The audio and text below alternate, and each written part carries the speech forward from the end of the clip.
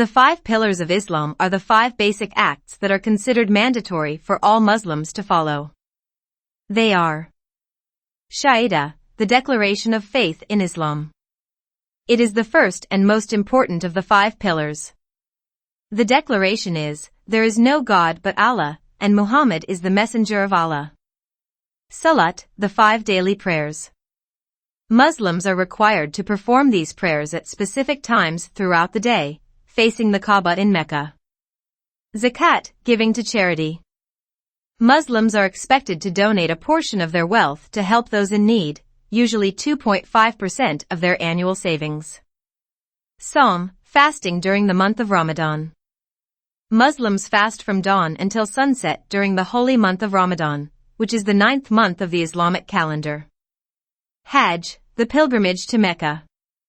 All able-bodied Muslims are required to make the journey to Mecca at least once in their lifetime, during the month of Dhul Hijjah, which is the 12th month of the Islamic calendar.